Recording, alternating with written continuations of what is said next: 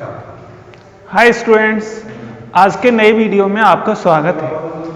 आप इस समय बहुल आवेशों के कारण विद्युत क्षेत्र की तीव्रता पढ़ेंगे। ये पहला ही चैप्टर है फिजिक्स का, 12वीं की फिजिक्स का पहला चैप्टर है। और आप जिस चैप्टर है विद्युत क्षेत्र, और उसी का ये टॉपिक चल रहा है एक, यानी बहुल आवेशों के कारण विद्युत क्षेत्र की तीव्रता।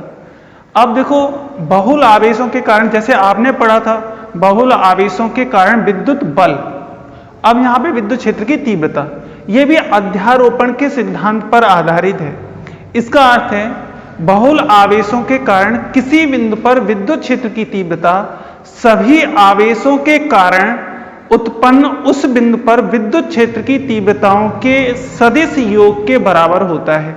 दोबारा एक बार रिपीट कर रहे हैं, किसी बिंदु पर बहुत से आवेशों के कारण विद्युत क्षेत्र की तीव्रता सभी आवेशों के कारण अलग अलग उत्पन्न विद्युत क्षेत्र की तीव्रताओं के सदिश योग के बराबर होता है।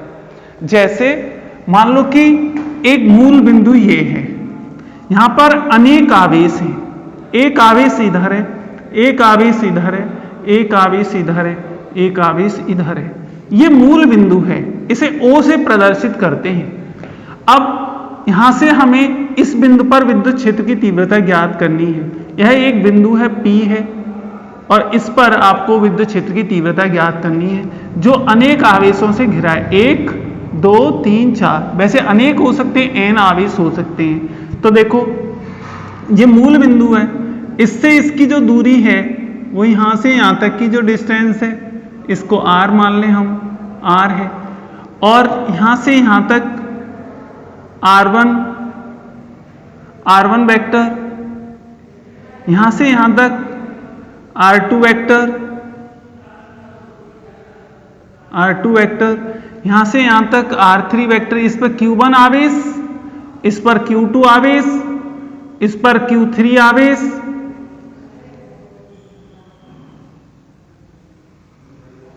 q3 आवेश, और ये स्थिर सदिश हैं r1 वेक्टर, r2 वेक्टर, ये r3 वेक्टर। इसी तरह से यहां पर ये आवेश है, इस पर q4 आवेश है। हम कुछ आवेशों को ही इसमें से इस पर जो डायग्राम है उसमें प्रदर्शित कर रहे हैं। तो देखो, इसके कारण विद्युत क्षेत्र की तीव्रता इस बिंदु पर इधर की ओर E1 वेक्टर, इसके कारण विद्युत क्षेत्र की तीव्रता इधर की ओर E2 वेक्टर, और इसके कारण विद्युत क्षेत्र की तीव्रता इसकी ओर E3 वेक्टर, E3 वेक्टर। अब आप देख रहे होंगे, मान लो कि ये सभी पॉजिटिव चार्जेज हैं, यानी धनात्मक आवेश हैं। धनात्मक आवेश के कारण विद्युत क्षेत्र बाहर की ओर त्रिज्यीय रूप से होता है। ऐसे ही जब बाहर की ओर त्रिज्यीय रूप से होता है तो Q1 है, Q1 प्लस Q1 आवेश है, तो इधर की ओर विद्युत क्षेत्र की तीव्रता E1 वेक्टर है। इसी तरह से ये Q2 प्लस Q2 आवेश है, तो इसकी ओर यानी विद्युत क्षेत्र की तीव्रता बाहर की ओर, ऐसे इस बिंदु पर तीव्रता इधर की ओर है। इसी तरह से इसके कारण विद्युत क्षेत्र की तीव्रता बाहर की ओर, इधर की ओर है। तो ये इस नियम के अनुसार माना कि ऐसे लिख सकते हैं। इस डायग्राम को आप चाहो तो ऐसे भी चेंज कर सकते हो कि इधर x अक्ष है, क्योंकि मूल बिंदु तो कार्तिकीय तलों में लिए जाते हैं, कोऑर्डिनेट सिस्टम में मूल बिंदु लिया जाता है। तो यहां पे x, इधर आप y ले सकते हैं, और इधर आप z अक्ष ले सकते हैं, z अक्ष। ये आवश्यक नहीं है कि आप इस तरह से डिनोट करो, आप चाहो तो इस तरह से भी आप इसे कर सकते हैं, क्योंकि मूल बिंदु जो होता है कोऑर्डिनेट सिस्टम में ही होता है। इसलिए मैंने आपको ये बताया है कि x, y, z अक्षों में हम प्रदर्शित कर सकते हैं इसको। अब देखिएगा, इस जगह पे अब आपको विद्युत क्षेत्र की तीव्रता ज्ञात करनी है। ये Rp मान लो, इस जगह पे Rp है, क्योंकि ये P बिंदु है, यहां पर P बिंदु, और ये Rp है। अब क्योंकि इसमें इस डायग्राम में हौच पौच यानी हो गया है, ये इस तरह का एक डायग्राम है, आप ध्यान से देखेंगे तो सब कुछ समझ में आएगा।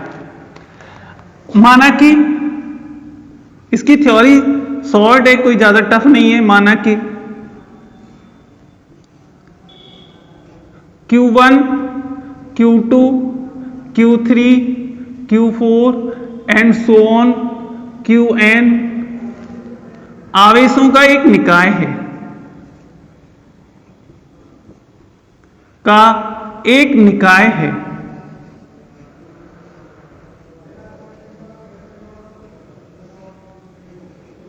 निकाय है।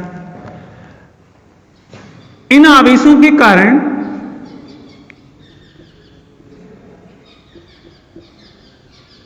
कारण P बिंदु पर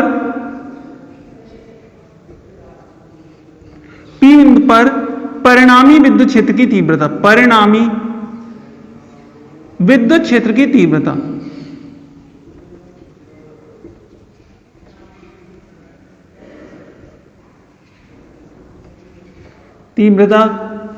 E is equal to E vector is equal to E1 vector plus E2 vector plus E3 vector plus and so on En vector.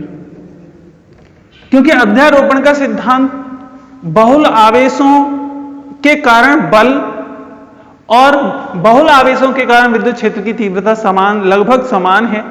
और इसमें मैंने आपको यही तो बताया है कि आवेशों के निकाय के कारण किसी बिंदु पर विद्युत क्षेत्र की तीव्रता, परिणामी विद्युत क्षेत्र की तीव्रता सभी आवेशों के कारण अलग अलग विद्युत क्षेत्र की तीव्रताओं के सदिश योग के बराबर होता है।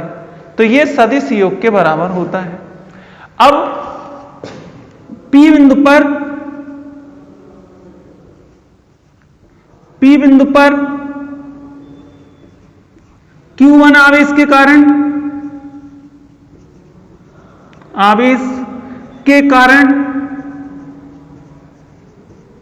विद्युत क्षेत्र की तीव्रता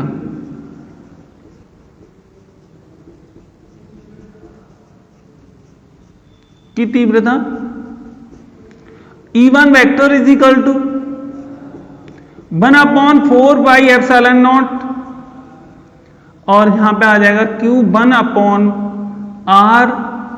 देखो कौन से बिंदु पर? P बिंदु पर। तो RP कौन से आवेश के कारण? एक आवेश के कारण, यानी Q1 आवेश के कारण। तो RP1 स्क्वायर, क्योंकि इस पे वेक्टर लगाया है तो यहां पर आपको RP1 यूनिट वेक्टर, या RP1, हम RP1 और दूसरा नहीं लिख रहे यहां पर। वो क्यों नहीं लिख रहे? क्योंकि आवेश एक अदिश राशि है और आवेश अदिश राशि, इसलिए हम यहां पर किसी पे सदिश नहीं लगा सकते।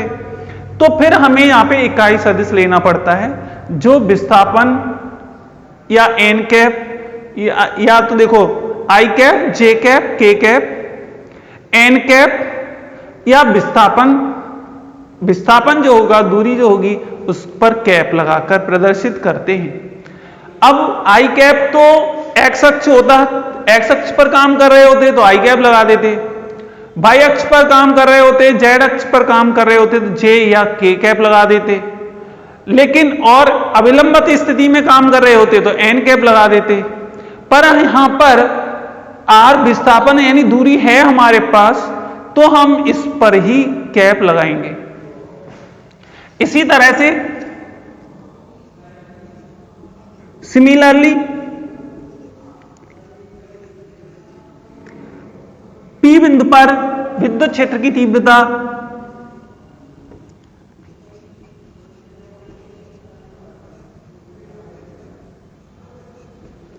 Eight P point, electric field intensity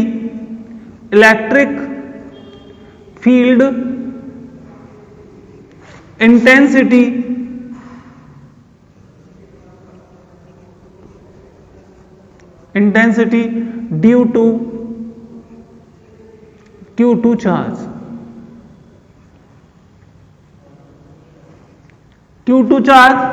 यानी Q आवेश के Q1 आवेश के कारण था, यहाँ पे Q2 आवेश के कारण विद्युत क्षेत्र की तीव्रता निकाल रहे हैं। E2 vector is equal to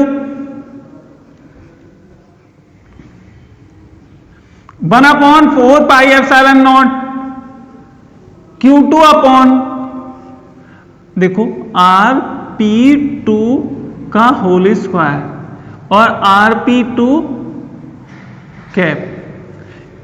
इसी प्रकार लिख सकते हैं सिमिलरली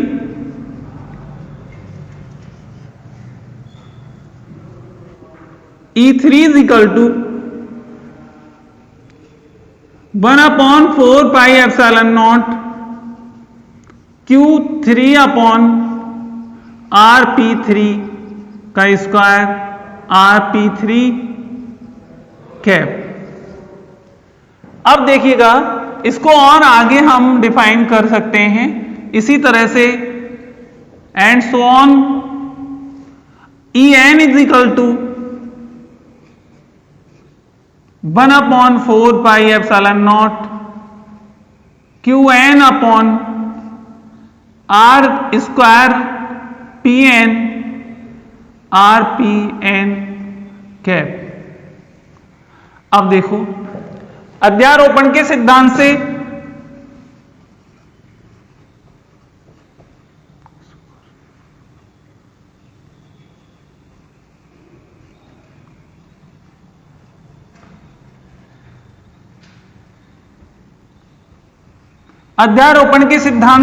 यह अध्यारोपण का यानी superposition principle E is equal to आप लगा सकते हैं E is equal to E1 की वैल्यू कितनी है अब इस समीकरण में हम मान रख रहे हैं तो 1/4 pi epsilon not Q upon Q1 upon Rp1 square Rp1 cap plus 1/4 pi epsilon naught Q2 upon Rp2 का square Rp2 cap plus and so on 1/4 pi epsilon naught और यहां पे आ जाएगा Qn अपॉन Rpn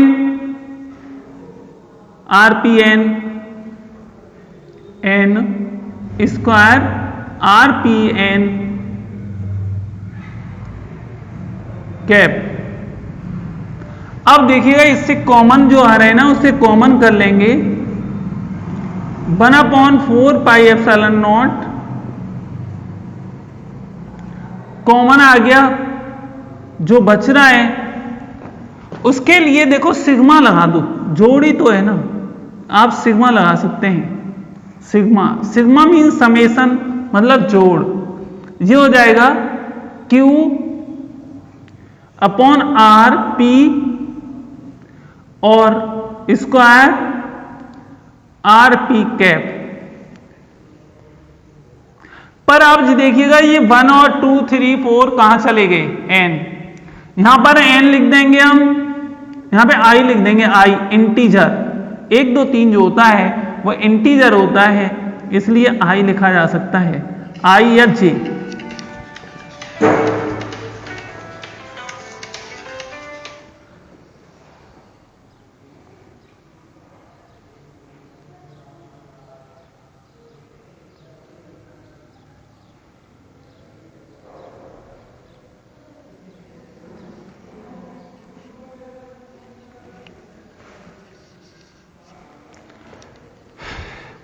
देखिए भाई इस जगह पे ये हो गया।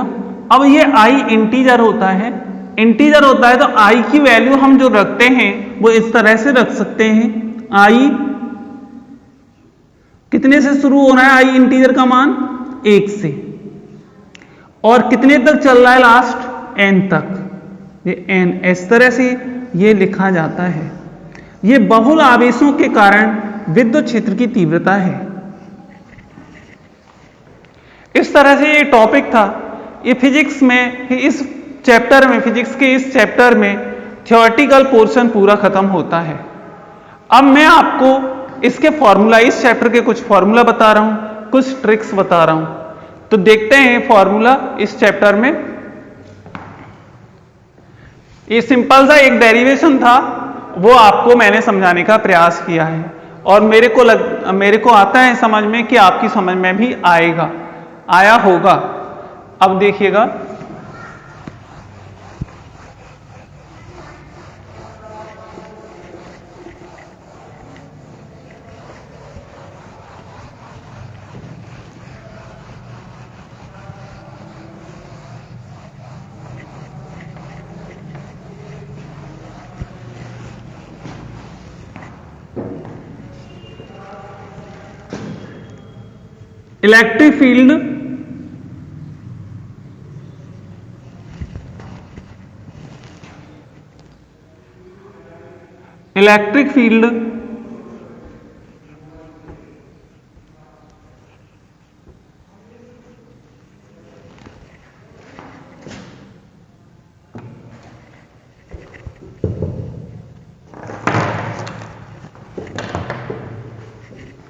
Electric field formula.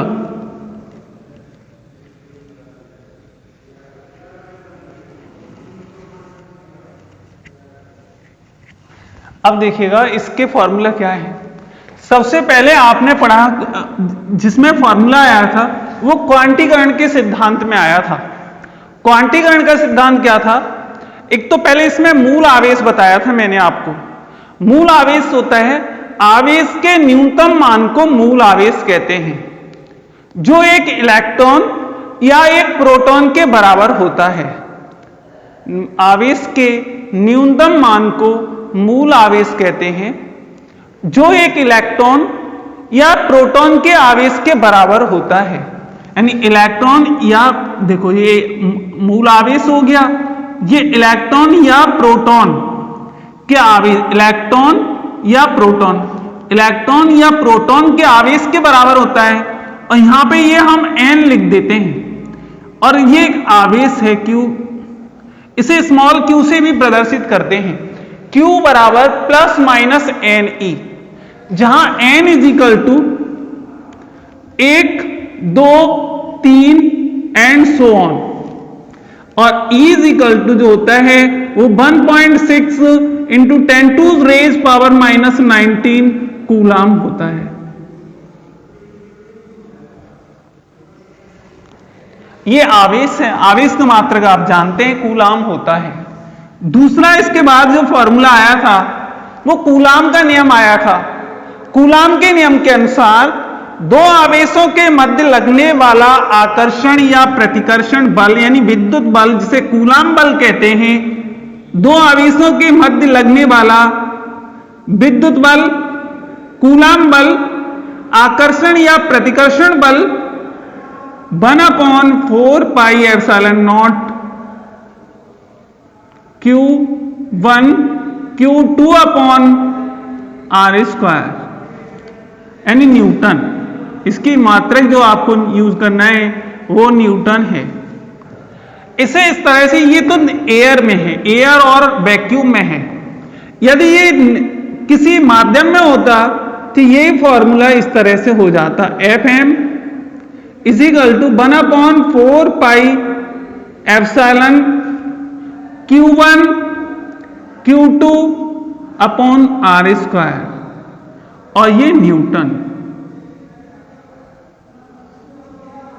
ये एप्सिलॉन जो होता है वो एब्सोल्यूट परमिटिविटी होती है, absolute permittivity of the medium, यानी इसको निरपेक्ष विद्युतशीलता कहते हैं। निरपेक्ष विद्युतशीलता, एप्सिलॉन हियर,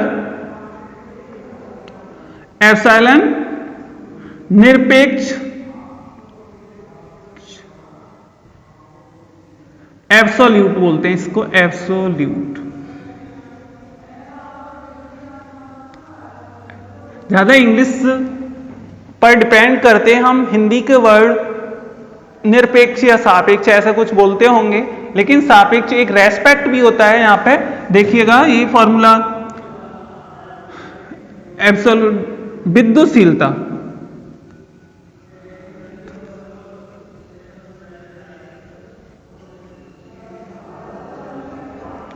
एक होता है यहां पे epsilon 0, epsilon naught epsilon is equal to होता है एप्सिलॉन नॉट एप्सिलॉन आर, जहां एप्सिलॉन आर आपेक्षिक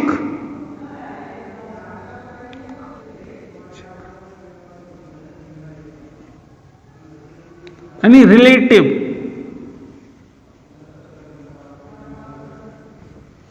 विद्युतशीलता है।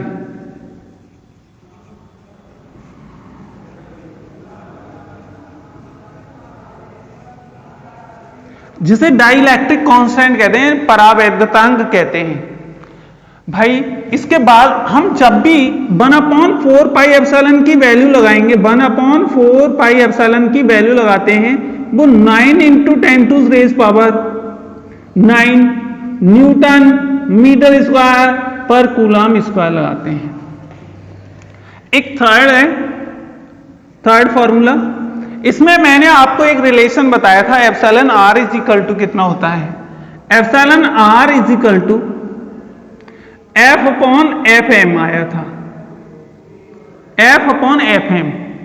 एक इसी में फिर आपने एप्सिलॉन इनके लिए भी एक फॉर्मूला इससे ही निकाल सकते हो।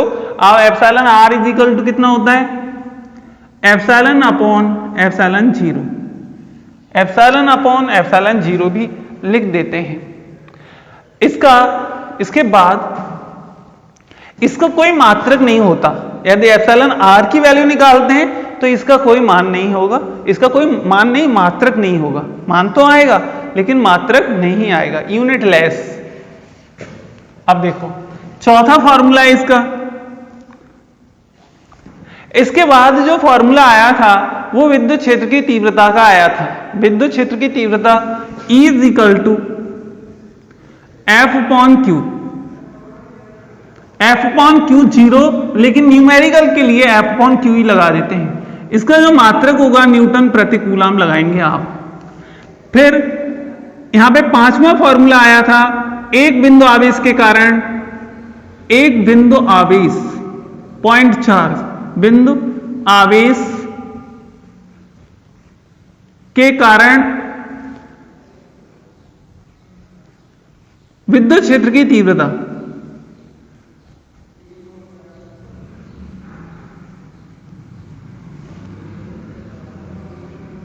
तीव्रता E इज इक्वल टू आया था, E is equal to 1/4 pi epsilon naught और Q/r²।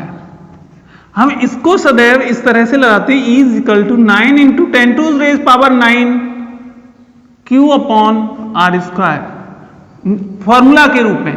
अब आपने देखा विद्युत क्षेत्र की तीव्रता का मात्रक न्यूटन प्रति कूलम। मात्रक सदैव छोटे फॉर्मूले से बनाए जाते हैं। सबसे सिंपल फॉर्मूला होगा उससे मात्रक निकाला जाता है। तो सिंपल फॉर्मूला ये है और उसका इसमें आप मात्रक सेम रहेगा, न्यूटन प्रति कूलम।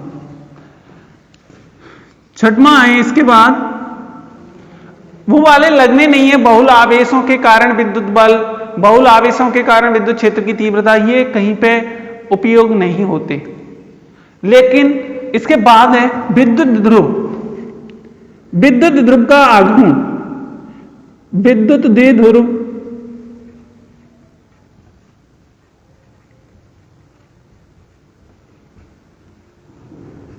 का आघूर्ण,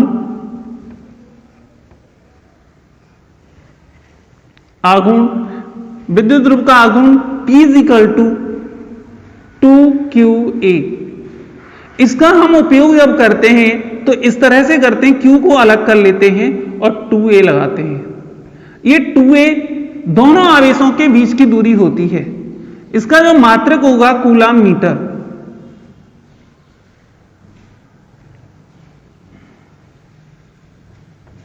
कूलम मीटर लगाएंगे। इसके बाद सातवां फॉर्मूला है अक्षीय, यानी विद्युत ध्रुव की अक्षीय और निरक्षीय स्थिति है। विद्युत ध्रुव की अक्षीय स्थिति में, अक्षीय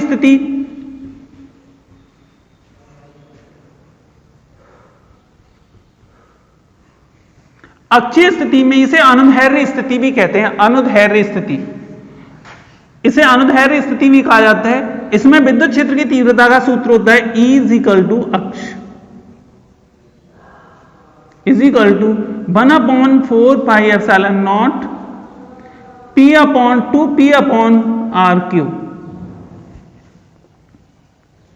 एक निरक्षीय स्थिति होती है, निरक्षीय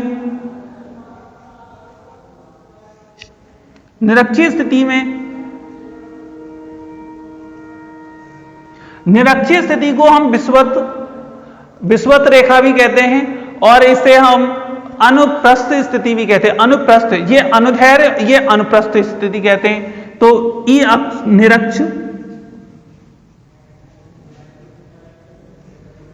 = 1/4πε0 P/r³। यहां पे न्यूटन प्रतिकूलाम, यहां पे भी न्यूटन प्रतिकूलाम। इस तरह से इसके अभी और फॉर्मूला है, यानी विद्युत ध्रुव पर समान विद्युत क्षेत्र में विद्युत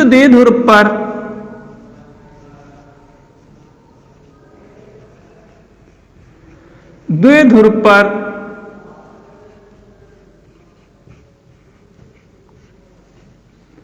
बलाघूर्ण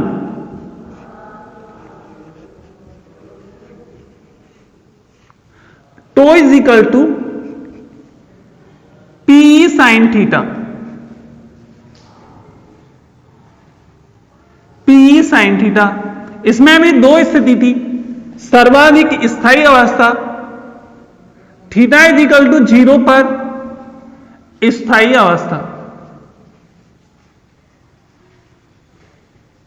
अवस्था थीटा = 180 पर अस्थायी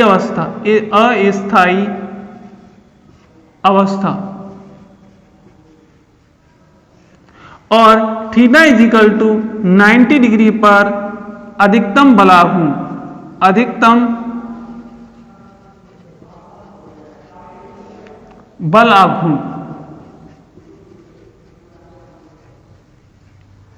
इस तरह से आपको फॉर्मूला याद करने हैं। एक इसमें विद्युत क्षेत्र की तीव्रता में ये देख लेना है ई अक्ष और ई निरक्ष। अब इन दोनों में देखते हैं 10वां लास्ट फॉर्मूला, ई अक्ष अपॉन ई निरक्ष।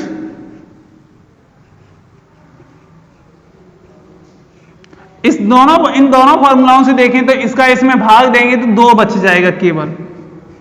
तो ई अक्ष = इसे ऐसे भी लिखा जा सकता है ई अक्ष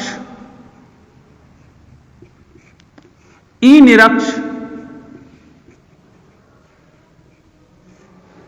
= 2/1 लिख देते हैं, यानी 2/1, यानी 2:1 का अनुपात इनमें होता है।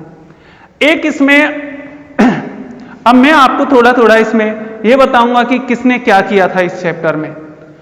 कूलाम सबसे पहले थेल्स नाम के वैज्ञानिक थे, थेल्स नाम के फिलोसोफर थे। उन्होंने सर्वप्रथम आवेश को समझाने का प्रयत्न किया था। उसके बाद गिलबर्ट आते हैं। फिर इसके बाद आवेशों का विभाजन, आवेश 2 प्रकार के होते हैं, आवेश के प्रकार फ्रैंकलिन नाम के वैज्ञानिक ने बताए थे। फ्रैंकलिन नाम के वैज्ञानिक ने आवेश के प्रकार का वर्णन किया था। आवेश का क्वांटीकरण का सिद्धांत मिल्कन नाम के वैज्ञानिक ने किया था। किसने? मिल्कन नाम के वैज्ञानिक ने आवेश का क्वांटीकरण का सिद्धांत दिया था। फिर माइकल फैराडे ने विद्युत क्षेत्र रेखाओं की सबसे पहले अभिकल्पना दी। माइकल फैराडे ने विद्युत क्षेत्र रेखाओं की सबसे पहले हाइपोथेसिस दी थी, हाइपोथेसिस यानी अभिकल्पनाएं दी थी। इस तरह से ये आपके फॉर्मूले हैं, इनके आधार पर आपको न्यूमेरिकल बताने होते हैं। इसमें फिजिक्स के प्रत्येक चैप्टर में जितने बहुविकल्पी हैं, आपने 11th क्लास में पढ़ा था, उसमें कोई भी बहुविकल्पी नहीं था। लेकिन 12th क्लास में हर चैप्टर में कम से कम 15 बहुविकल्पी हैं। किसी एक आध चैप्टर में कम हो सकते हैं, मैक्सिमम में 15 बहुविकल्पी हैं। और बहुविकल्पी के बाद अति लघुत्तरी है। बहुविकल्पी जितने क्वेश्चन हैं वो सभी न्यूमेरिकल हैं, सभी में एग्जाम्पल हैं, आपको सभी एग्जाम्पल करने हैं, सभी बहुविकल्पी करने हैं, सभी अति लघुत्तरी करने और लघुत्तरी और दीर्घ उत्तरी जो प्रश्न है वो आपको थ्योरी में लगभग मिल जाएंगे, लगभग सभी मिल जाएंगे, कोई एक आध नहीं मिलेगा तो उसका आंसर हम बताएंगे आपको। तो अब यहां पर आपको मैं सबसे पहले बहुविकल्पी क्वेश्चनों को सॉल्व करवा रहा हूं। मल्टीपल चॉइस, इस मल्टीपल चॉइस भी मेरे पास राजस्थान बोर्ड की किताब है, मैं उस किताब से मल्टीपल चॉइस करवा रहा हूं आपको।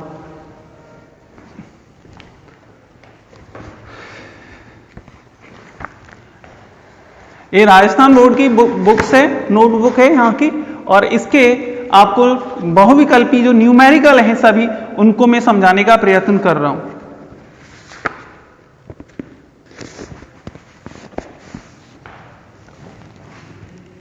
पहला इसका बहुविकल्पी क्वेश्चन है, दो एक समान तथा बराबर आवेश को, दो एक समान तथा बराबर आवेशों को 3 मीटर की दूरी पर रखने पर उनके मध्य 1.6 न्यूटन का प्रतिकर्षण बल कार्य करता है, प्रत्येक आवेश का मान क्या होगा। दो समान हैं,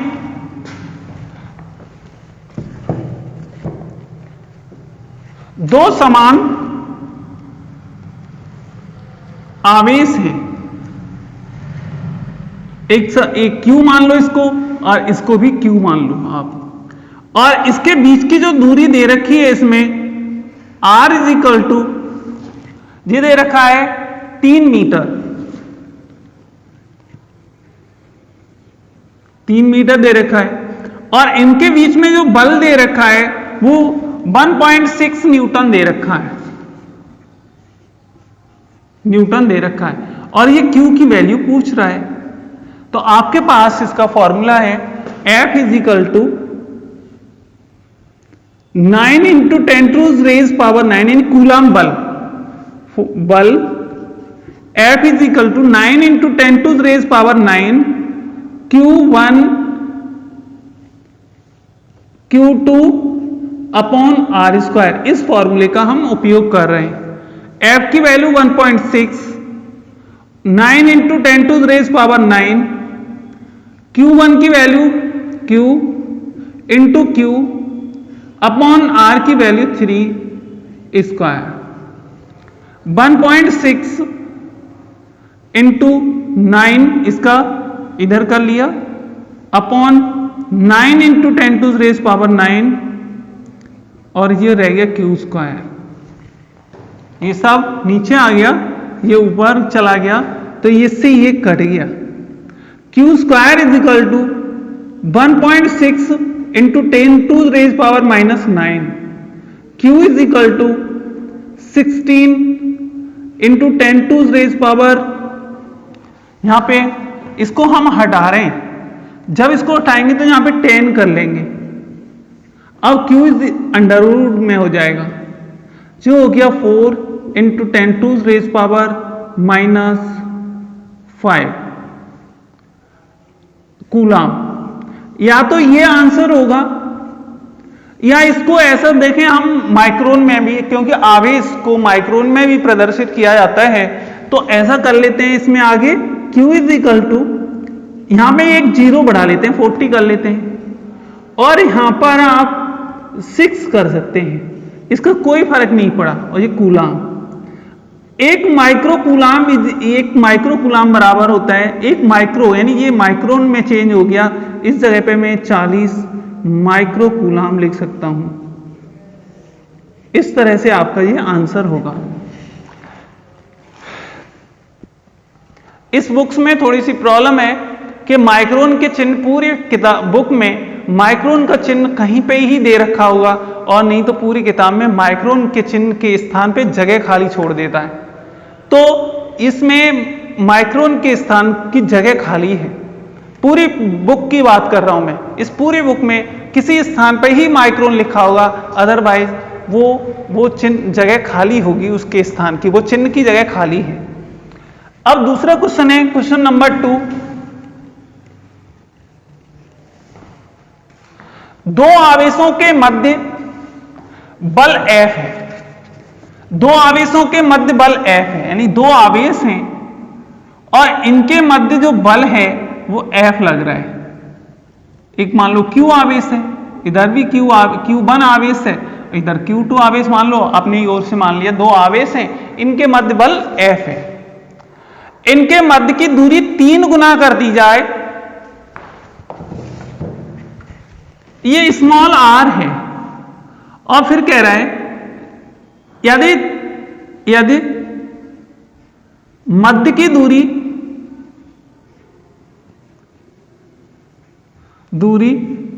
3 गुनी कर दी जाए, 3 गुनी कर दें,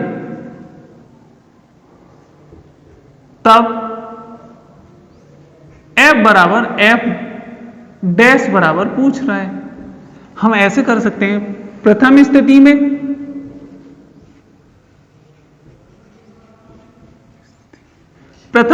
में F is equal to 1/4 pi epsilon not Q1 Q2 upon R square. Equation fast हो गया। अब in second condition,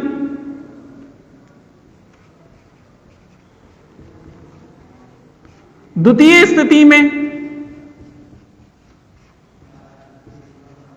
F dash is equal to, देखो द्वितीय स्थिति ये है कि यदि ये वाली, यदि F is equal to F1 is equal to, F dash लिखा है हमने, तो F dash is equal to हो जाएगा 1/4 pi epsilon not Q1 Q2 upon 3R, 3 गुना कर दिया जाए तो जो हो जाएगा F dash is equal to 1/4 pi epsilon not Q1 Q2 upon 9R square. ये इक्वेशन सेकंड। अब आपको F डैश निकालना है, F निकालना है। जिसका भी मान निकाला जाता है, फिजिक्स में ध्यान रखना होता है कि जिसका भी मान निकालते हैं उसी में दूसरे इक्वेशन का भाग देते हैं या दूसरे फॉर्मूला का भाग देते हैं। तो यहां पे F डैश अपॉन F कर लें, जो हो जाएगा 1/4 pi epsilon not Q1 Q2 upon 9R square upon 1/4 pi epsilon not Q1 Q2 upon R square. यहां से ये कट जाएगा, F dash upon F is equal to 1/9, F dash is equal to 1/9F, पहले से 9 गुना कम हो जाएगा। इसका मतलब हो जाएगा पहले से 9 गुना कम हो जाएगा। अब फिर आगे का थर्ड सवाल है, question number, numerical number third.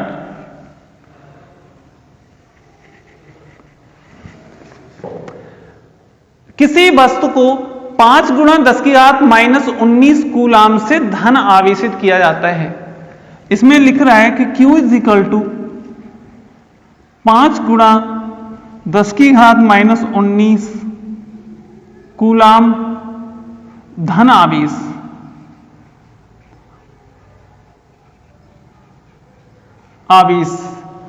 फिर कह रहा है कि इसमें कितने इलेक्ट्रॉन निकले या कितने इलेक्ट्रॉन इस पर आए, कितने इलेक्ट्रॉन निकाले गए या कितने इलेक्ट्रॉन इस पर आए। देखते हैं। हम जानते हैं, हमने आपको बताया कि आवेश 2 प्रकार के होते हैं। उसका कारण बताया था कि किसी परमाणु से इलेक्ट्रॉन हट जाएं तो उस पर प्रोटॉन की संख्या अधिक होने से उस पर धनावेश आ जाता है, और जिस पर इलेक्ट्रॉन पहुंच जाते हैं, जिस परमाणु पर इलेक्ट्रॉन पहुंच जाते हैं उस पर इलेक्ट्रॉन की अधिकता हो जाती है, जिसके कारण उस पर ऋण आवेश आ जाता है। अब इस पर कौन सा आवेश आया? धन आवेश। इसका मतलब है इस पर इलेक्ट्रॉन की कमी हुई है। इलेक्ट्रॉन की कमी हुई है तो अब हमारे पास एक फॉर्मूला होता है आवेश का क्वांटीकरण का सिद्धांत, Q बराबर Ne। ये फॉर्मूला लगाते हैं तो N is equal to Q upon E, और Q की वैल्यू जो दे रखी है 5 इंटू 10⁻⁻19 अपॉन 1.6 इंटू 10⁻⁻19। यहां से ये कट जाएगा, ये हो जाएगा 50/16। n इजिकल टू 16 दिया 48, लगभग 3 इलेक्ट्रॉन हटाए गए।